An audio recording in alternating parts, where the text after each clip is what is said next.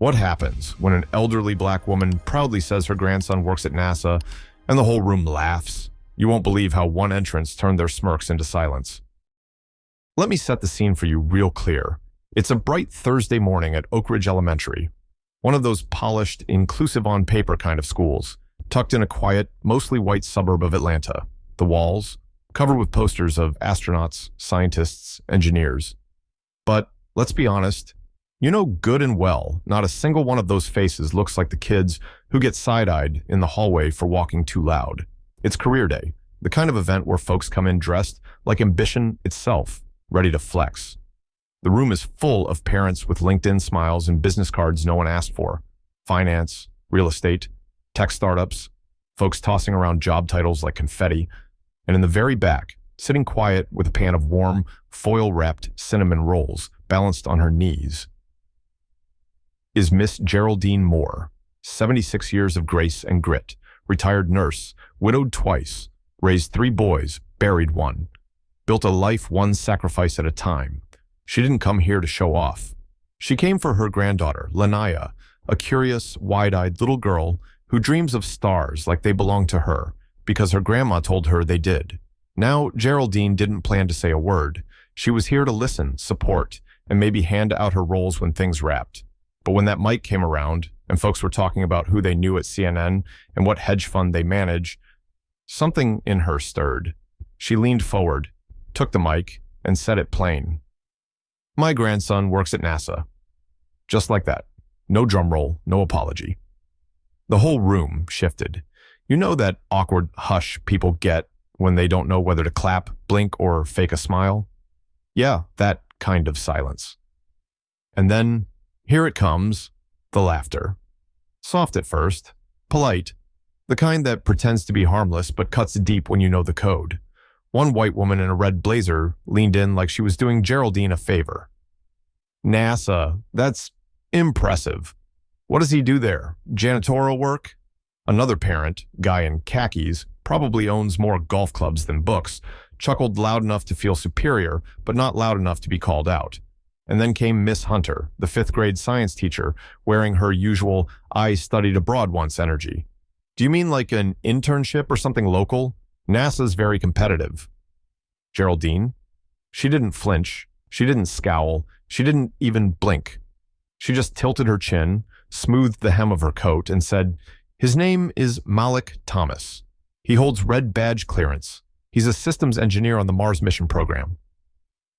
And that right there, that was the moment the room decided they didn't like her. Because nothing rattles folks who live in quiet comfort like a black woman speaking facts that don't need their permission to be true.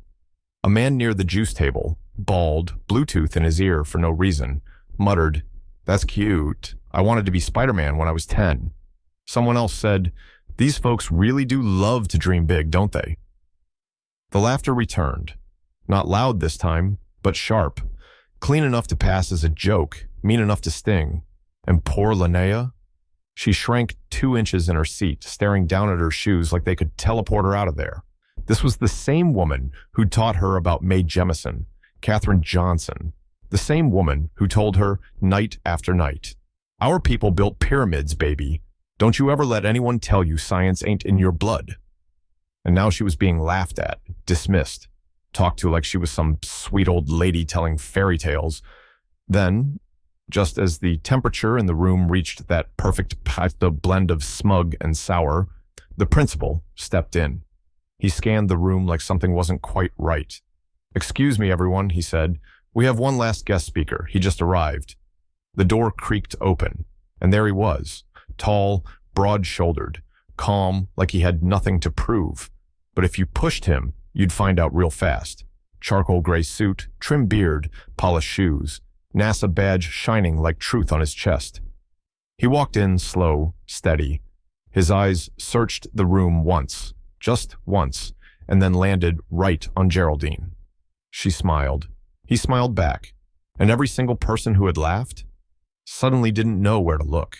The second Malik Thomas stepped to the front, the vibe in that room shifted fast. Parents who were half listening sat up straighter. The kids, eyes locked in. Even Miss Hunter leaned in, trying to act casual, but that tight smile gave her away. He wasn't flashy, no ego, just presence. "Good morning, I'm Malik Thomas, systems engineer at NASA. I work on adaptive systems for the Mars exploration program." Silence. Real silence. You could have heard a cough 3 hallways over. Then Malik picked up a marker and started teaching. Not lecturing, teaching. Breaking down orbital mechanics and heat shields like it was elementary. And somehow, it made sense. 5th graders were nodding like, "Oh yeah, that checks out." He wasn't talking down, he wasn't performing, he was inviting them in.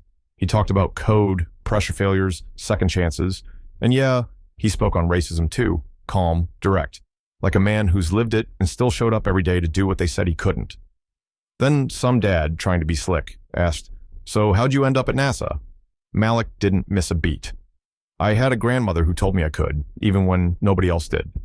And just like that, every eye turned toward the back row, toward Geraldine. She sat still, like royalty. No reaction, because when you've carried dreams through decades of doubt, you don't need applause. But the peace didn't last. After the talk, here came Miss Hunter. Smooth voice, sharp undertone. "You understand why we were surprised. It's not every day someone from your background ends up at NASA." Malik met her gaze, steady. "Every day, someone from my background has to prove they belong. That's the real surprise, that y'all are still surprised." She crossed her arms. "Well, I'm sure diversity initiatives help." Before Malik could speak, Linnea stepped in. Her voice was quiet, but it cracked like thunder. "He's not a diversity hire. He's my uncle, and he teaches me things you don't even know." The hallway went still, real still. Then one little boy whispered, "Can you teach us too?"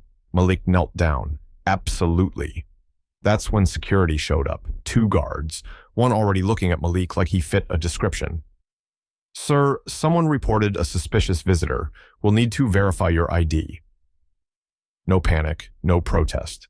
Malik calmly handed over his badge. But Geraldine? She wasn't having it. She stood up like the room owed her something. Because it did. 3 white men came in here today. Nobody asked them a thing. But you see my grandson, and you call security? Nobody had an answer. Just silence and shifting feet. And little Linnea, still standing strong, asked the question no one wanted to touch. "Why does he look like a problem to you?" 20 minutes. That's how long it took to verify. While Malik stood quiet and collected, while the kids watched everything.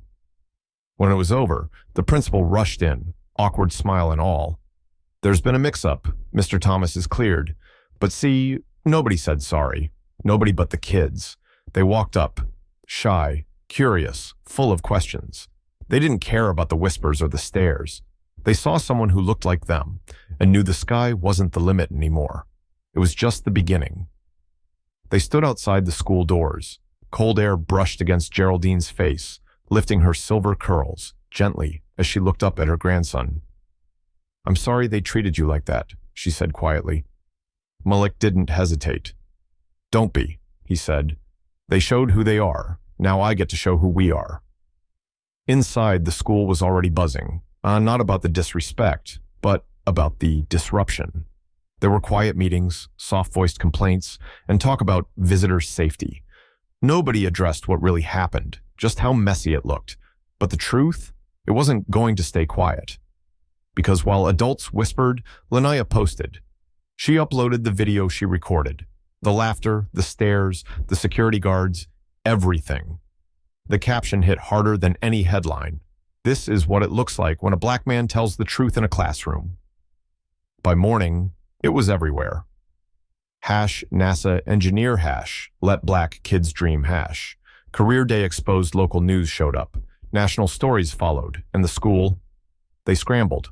Apologies were issued. Miss Hunter got pulled from the classroom, the guards got moved, the district promised training. But Malik? He stayed silent, until a week later. This time, he didn't just show up. He was the keynote. He walked back into that school, same hallway, same walls. But this time, folks listened.